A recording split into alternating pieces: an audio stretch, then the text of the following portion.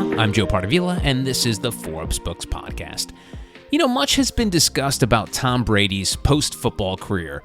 We'll probably have the same conversation when LeBron James retires at age 60. But have you ever wondered how elite athletes approach their life after they hang it up? Well, my guest today is Priscilla Loomis, and she has a story to tell. Priscilla is an Olympian and former professional track and field athlete whose remarkable journey is a testament to resilience, determination, and sheer willpower that drives us all to achieve our dreams. She has taken on failure and emerged stronger, and she's here to share her wisdom with all of us. Hey, Priscilla, how are you? Hello. I am absolutely fabulous. Thank you for having me. You're very welcome. And I want to start by asking about the intersection between sports and business. Priscilla, you probably are aware that people love using sports metaphors in business. How accurate are they? I honestly want to say that if you are a sports person, which a lot of people are, they make sense and you can connect with them. But if you're not a sports person, you couldn't be further from the truth, right? Like you're just like, what are you talking about? Why do these people keep on using sports metaphors? And I don't know. But I mean, I've made my living now in my post career marrying the Olympic mindset to everyday life. So to me, it's very relevant, right? Like it's my entire career now. So now when you use certain baseball terms or you use certain hockey terms, yeah, I won't understand that. So for me, everybody knows the Olympics, right? Like they're this huge, big organism that every 4 years, everyone kind of gets glued to their TV and is really, really focused on, and they pick a country and they start cheering. I mean, I have never been more into a sport than curling, and it is the one sport I have not a clue what's happening. Not a clue. But That's funny. when the Olympics comes, I am all about curling. I'm stretching. I have my Swiffer and my Roomba. Like I'm trying. It's one of those things. So the Olympic mindset, I think, is something that is really transcends across all genres. And that's why I wanted to speak about it, because when you're talking about Olympic athletes, you know what that is really entails, right? You understand that becoming an Olympic athlete is no small feat, and there's balance and there's value, and there is so many traits that go into it that a lot of people have to do the same thing in their business to become an entrepreneur or to run a company or to be an efficient leader. So in that sense, I would definitely say it's very real. It's very truthful. But when you're talking specific, oh, he hit a home run in that meeting, and you have somebody who has no idea what you're talking about, you're gonna lose them. They're gonna be like, he hit what? What happened there? So again, it has to match, who you're talking to. But as me being an Olympic athlete, they all make sense, unless again, like you're talking about curling Right. or hockey. There's certain things that I'm like, what are we talking about? Well, Priscilla, I want to peel that onion a little bit. The Olympic mindset, you mentioned it a couple times there, and I mean, can you define that? I know it's a broad term, and it probably means a lot to you. But what would you get down to the gist of what an Olympic mindset is? So the Olympic mindset is leading your everyday life, and I mean every single day, with a mindset of excellence, of impact, and as Mindy Kaling has said, insane confidence. Why I wanted to dive deeper into this Olympic mindset is because so many people have this misconception of Olympians. They think that everything is super simple. We all get a paycheck every month. We're living large. We get to train and stay in shape, and we follow this incredible nutrition plan. And then we compete, and we compete at the highest level, and we receive a medal, and we keep it moving. And it couldn't be further from the truth. So the Olympic mindset is allowing this excellence in your everyday life with the struggles, with the turbulence, with the pressure, and feelings of doubt and negativity and mental blocks and loneliness and being overwhelmed. All of those things happen simultaneously with the gratitude, with the training, with the investment, with the commitment, with the courage. So really making sure that people can understand that athletes, even though we do retire, we still have to understand that we have to take that into our everyday life as we go about this second chapter. And everyone who owns a company or works for a company, has a job, or has a goal, that they have to take that, that self-love and that resilience, into their everyday life as well. And it's a habit and it's a commitment, and that's what I wanted to marry. I wanted people to kind of bring both worlds together, which was really, really important to me, because that's something that I'm using right now. As I enter the entrepreneurship journey and I enter the working world, I was like, what do I do? I Hmm. don't know. But using that, all that I've learned, and taking it into every day, and making sure that I'm waking up and making sure that I'm practicing what I preached for all those years, was coming into fruition. So it's definitely something that I'm very passionate about, like you said, and I love doing. And now people are starting to understand, like, oh, wow, you know what? I don't pour into my cup every day, besides coffee or Hmm. tea. I don't pour into my cup focus or dedication, or the balance of pressure or courage or investment, staying focused. I don't make a plan every day of what my day is going to look like. I don't allow myself to identify what I want. It's just me going through the motions. So if they're able to take a step back and really form incredible habits, then they can start to lead a life of excellence and of that elite mindset. Hmm. And one thing that's pretty fascinating is the correlation between an Olympic athlete and an entrepreneur, whether it's a startup entrepreneur or someone who's starting any other kind of business. The fact that Olympic athletes, they have 4 years to they take the Yes. stage one time, and if they fail Yes. that one time, they're done. Entrepreneurship, same way. You could take 4 years to build a company, and then all of a sudden, people are like, "We don't want that thing," and you're done. So Yeah. when you talk to entrepreneurs about this Olympic mindset and tying it into what you went through as an athlete, how do you get through the pressure of getting through the grind, and then all of a sudden your grind doesn't pay off? Because unfortunately, whether it's a whether if it's Olympic athlete or an entrepreneur, more times than not, you are not stepping up on that podium. Absolutely. And there's, especially in track and field, you have more losses than you have wins. And so for me, I think that's why my story resonates so much, is because my entire journey was one of obstacles and having to turn them into opportunities, right? So the biggest thing for athletes is that we have to thrive under pressure. And one of these NBA coaches had said in an interview that pressure is a privilege. And so when you want to become an entrepreneur, you want to become an Olympian, you have to deal with pressure. You have to deal with all the obstacles that come into play.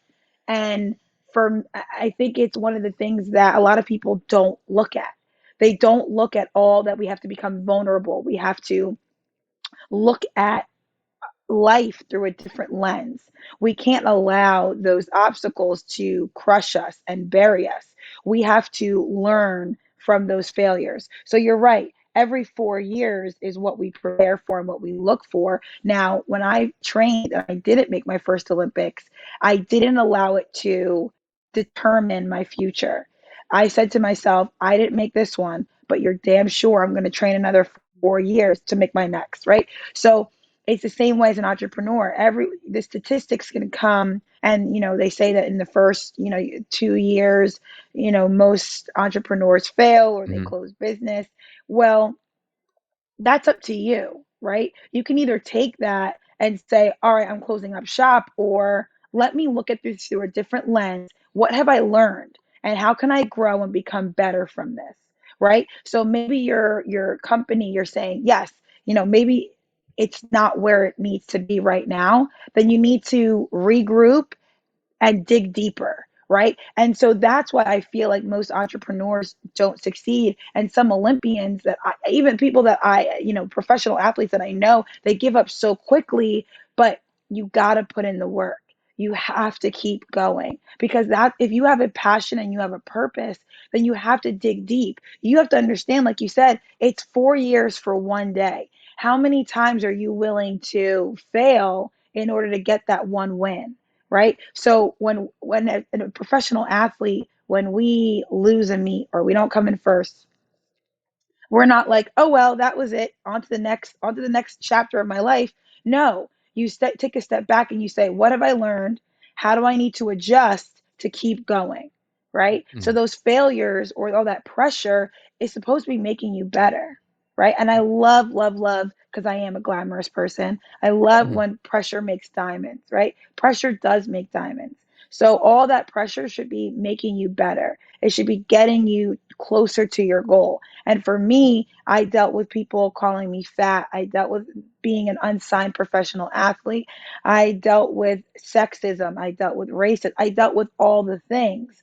But things that were meant to break me really just opened my eyes to how strong I am and how much more resilience that I have in my that warrior spirit, and it led me to this next opportunities. Mhm. So I think it's really just looking at it through a different lens, and rather than making this mindset of lack and seeing more of it as abundance, Mhm. right? It's literally just changing that mind. You have to be insane. You have to be crazy.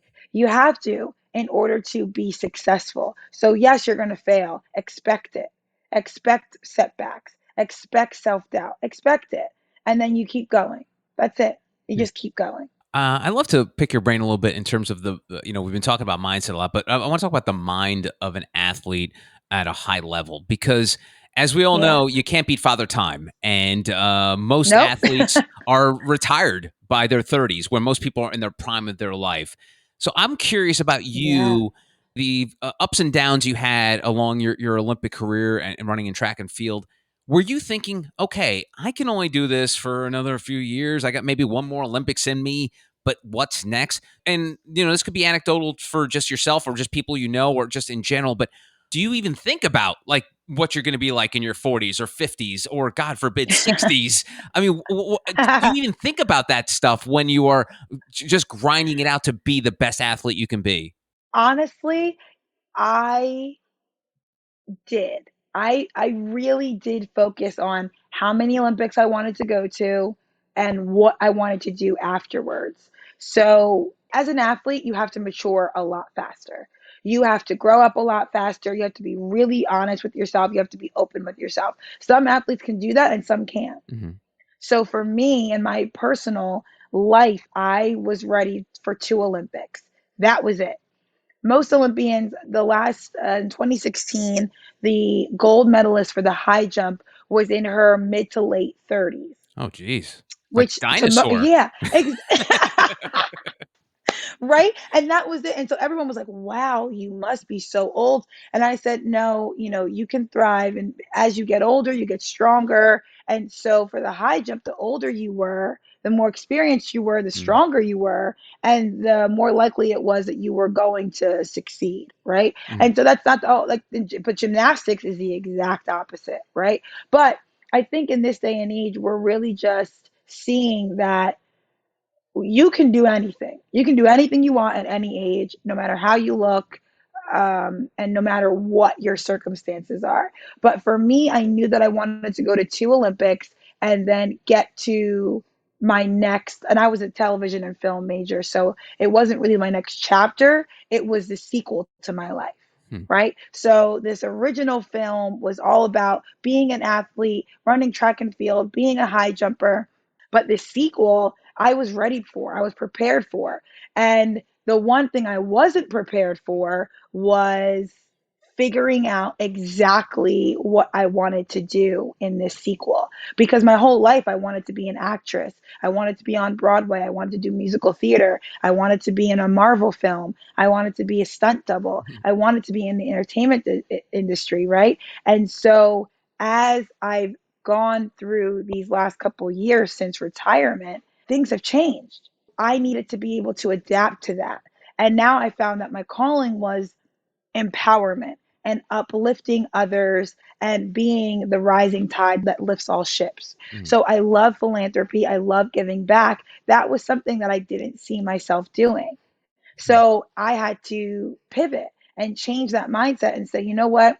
I want other young women of color to see another woman of color in a position of power and giving back and to open up doors for others. that come from either single parent households or underserved communities. So that's what I wanted to do. And that has nothing to do with being on TV, Hmm. right? So I said, you know what, I had to shift and pivot because that's what life is. It's shifting, it's being amenable and not blocking your blessings and being open to new experiences. But some athletes, when you're in it, you're in it. You don't think about tomorrow. You sure as hell aren't thinking about 60. Right. Oh no, child. Absolutely. You're right. You are a dinosaur. When I'm sick, like right now, I'm like, oh my God, 60. Oh my gosh. Lord of mercy. Like, what am I even going to look like? Am I going to have wrinkly skin? Like, I don't even think about it, right? Not right now. So as an athlete, you're in it. You focus on what you can control, where you're at. You think about your season. You think about the Olympics and everything prior to that. But as much as I planned and I thought that I was ready, I was not ready for the sequel of my life. Hmm. But the journey has been incredible, right? And that's I'm very grateful for my Olympic training and for all of the negativity that I endured. I'm very grateful for all the obstacles, the tribulations, the trials, the turbulence. I'm very, very grateful for that because it allowed me to rise and allowed me to show up every day for myself. And that's what I have to do right now as I'm in this sequel of my life. I'm figuring out what's working, what's not. And I think a lot of athletes and a lot of entrepreneurs need to be able to show up for themselves every day and be open to new experiences, be open to the failures that are going to get them to their successes, and to be open to the different journeys that lie ahead and the different paths that are going to lead them to their success. Hmm. And that sort of all led you to founding Priscilla Loomis LLC, where it's a lot of it has to do with public speaking, right, and getting the word out there. So for folks who are listening to this and like, yeah, I'd love to be a public speaker too. I'd love to motivate folks. What steps did you Yes. take to prepare for this? Because obviously you were camera ready. You did a lot of stuff on television. When you're an athlete, you're constantly being interviewed, so you're used to being Yes. as sort of the face of the corporation, your own corporation. But then when it comes to putting yourself on a stage and presenting ideas, how did you go about doing that? So I wish I could say that I had a great support system and I took classes and I invested. Nah, child, that did not happen. So when I honestly, this whole business, my whole nonprofit, everything came about through quote unquote failure, through quote unquote struggle, right? So when I was dealing with a little bit of sexism at a former company, I realized that I needed to be better. I needed to rise. And it made me uncomfortable to start a new company because I, I don't have an example. I don't have anything. Hmm. I was starting this fresh. So I did what anybody did. I Googled. I've heard of other speakers, but a lot of speakers that I had looked up didn't look like me. And so I just started from square one and I started reaching out to different like networks that I knew of, right? So I reached out to, the New York Armory because I had worked with them before. I reached out to MileSplit because I had worked with them before. I reached out to former bosses at Princeton University and my alma mater, my high school, my alma mater at St. John's University. And I reached out to just different people who I'd interviewed with and just told them, hey, I'm starting this company. Do you have any advice or do you have any connections that could help me? Right. So I started from square one. And through the different connections, I made mistakes, I corrected them. And I'm still in this process of figuring it out along the way. Because as time goes, things evolve. So I needed to be as amenable and open to change as possible because it's all about what I leave behind and what I stand for. So I just started. I invested in Canva. I can't explain how much I love Canva. I'm not sponsored by them, but I should be. I swear. So I used Canva to create flyers and posters, and then I started working. Somebody had connected me with the with my state's small business development center, and so I was getting mentorship from there and other women who had supported me along the way. I reached out to them and then they connected me. So it really is about your network. And I loved this. I just heard this at an event that I spoke at at the Super Bowl, and they said, "Are you getting your bench?" Right? Like in baseball, again, another sports metaphor, your bench, right? And so I never played baseball or those kind of sports, but I played volleyball. So I knew about the bench, right? You know about the people that are on the sidelines waiting to sub in. And so if you're the starter of your life, you're the main character, you need a bench. You need your supporting actors. You need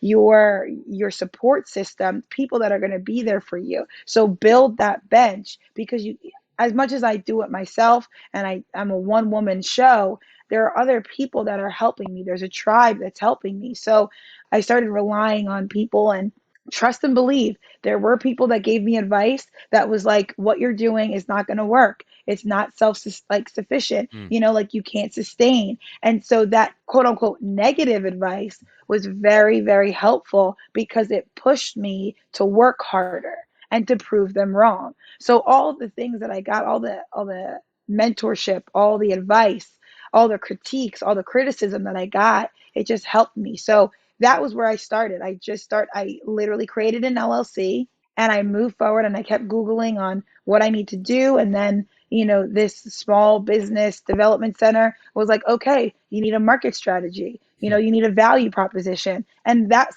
the words I don't know. I don't know about that, right? Like you don't know about these things. So I'm No. learning it as I go along. So it was really, really great. And look, you're going to figure it out along the way. I'm the first entrepreneur of my family. My mom isn't even from this country. My dad isn't from this country. So you figure it out and you lean on people that you can really trust. And then there's sometimes you're going to make mistakes and you figure it all out as you go along. But just try and create that structure of what you want to do, what your goal is, who you can reach out to, and start to use. There's so many programs in different states that can help you and want to see you succeed. And now I'm getting help with grants.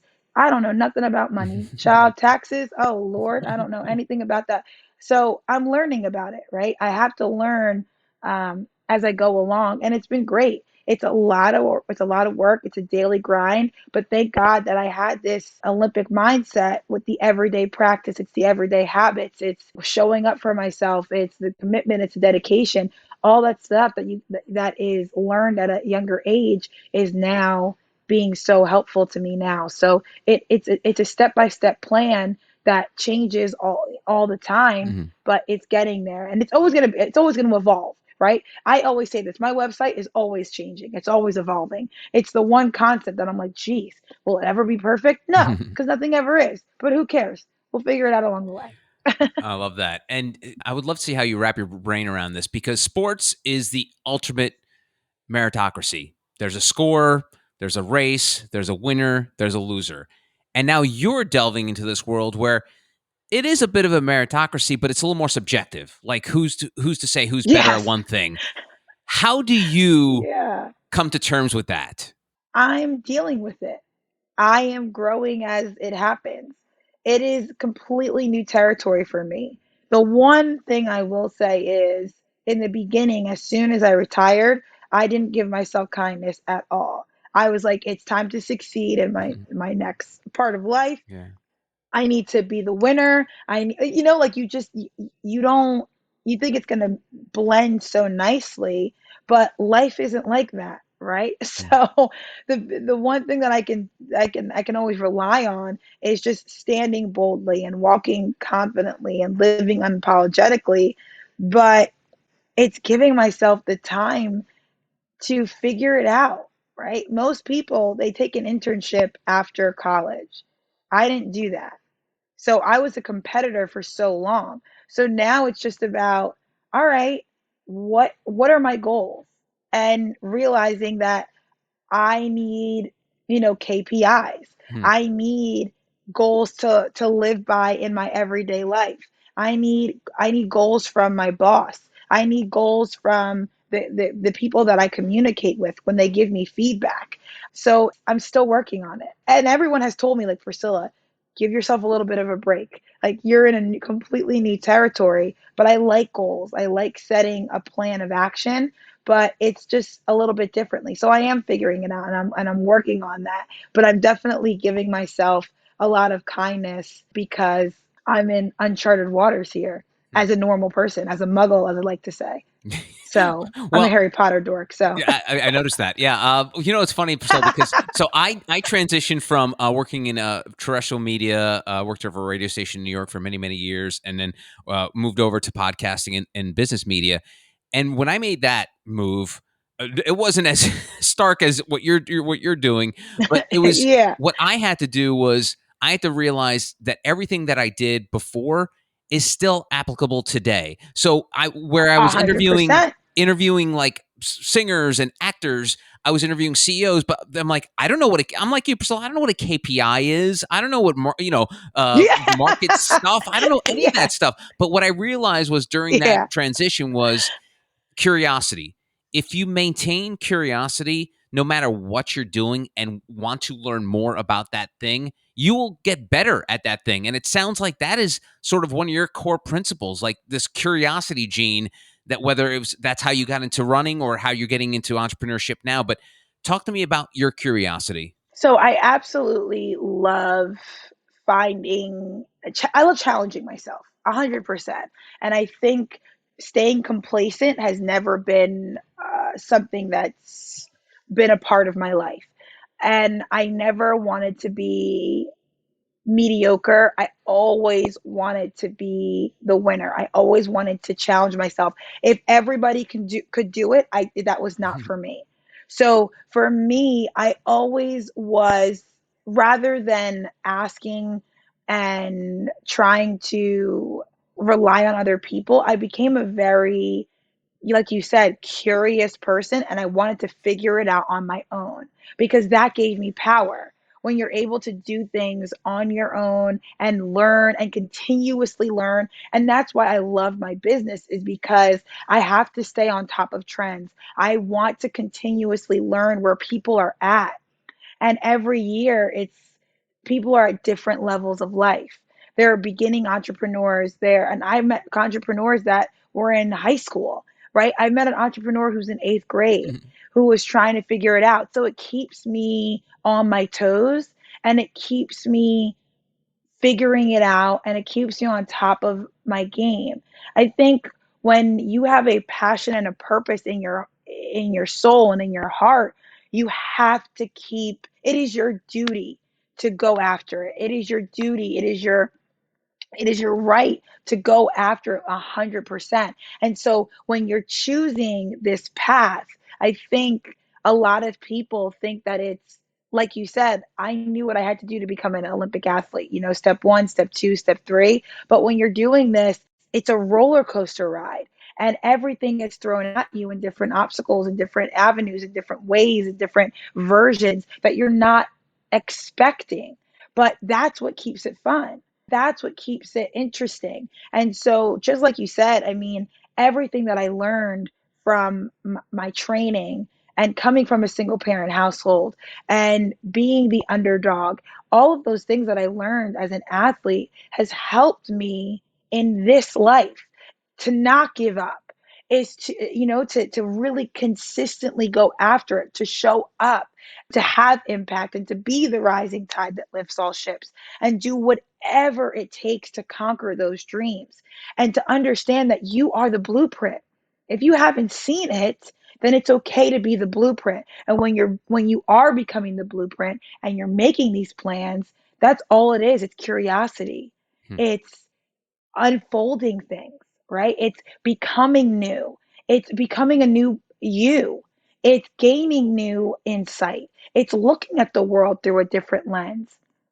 Nothing is ever going to be stagnant. And so this was a perfect segue for me because it is challenging me. And there are failures, but there are big wins. And when you are able to stay consistent on this track, everything comes together, right? Your vision becomes clearer. There's competition again. There's that competition where you're like, ooh, like who do I need to be better than? Right? And you find it within yourself because that's what I need. I love competition Hmm. and I love pressure. So being the one of the best global speakers of this decade is my goal. Hmm. And for other people, it's like, holy shit, that's a really big goal. That is a really big risk. And I'm just like, boo boo, I'm ready for it. This is what I want, right? So having that a little bit of fear, oh my gosh, this is such a big undertaking. That's what I thrive on. Well said. Her name is Priscilla Loomis. Priscilla, if folks want to get a hold of you, speaking engagements, where's the best way to connect with you? The best way to connect with me is Instagram. I live on Instagram, so they can always look up Priscilla_Frederick. For some reason, Instagram or Facebook would not let me change my married name, so I had to keep it Frederick. But they can also visit PriscillaLoomis.com. Wonderful. Priscilla, thank you so much for the time. I really appreciate it. Thank you. It was wonderful to speak with you. Likewise, and that's it for this episode of the Forbes Books Podcast. If you enjoyed the show, make sure you take a quick second to subscribe so you automatically get new shows when they drop. Also, if you have a minute, I'd love if you left us a review so more amazing entrepreneurs like yourself can discover the show.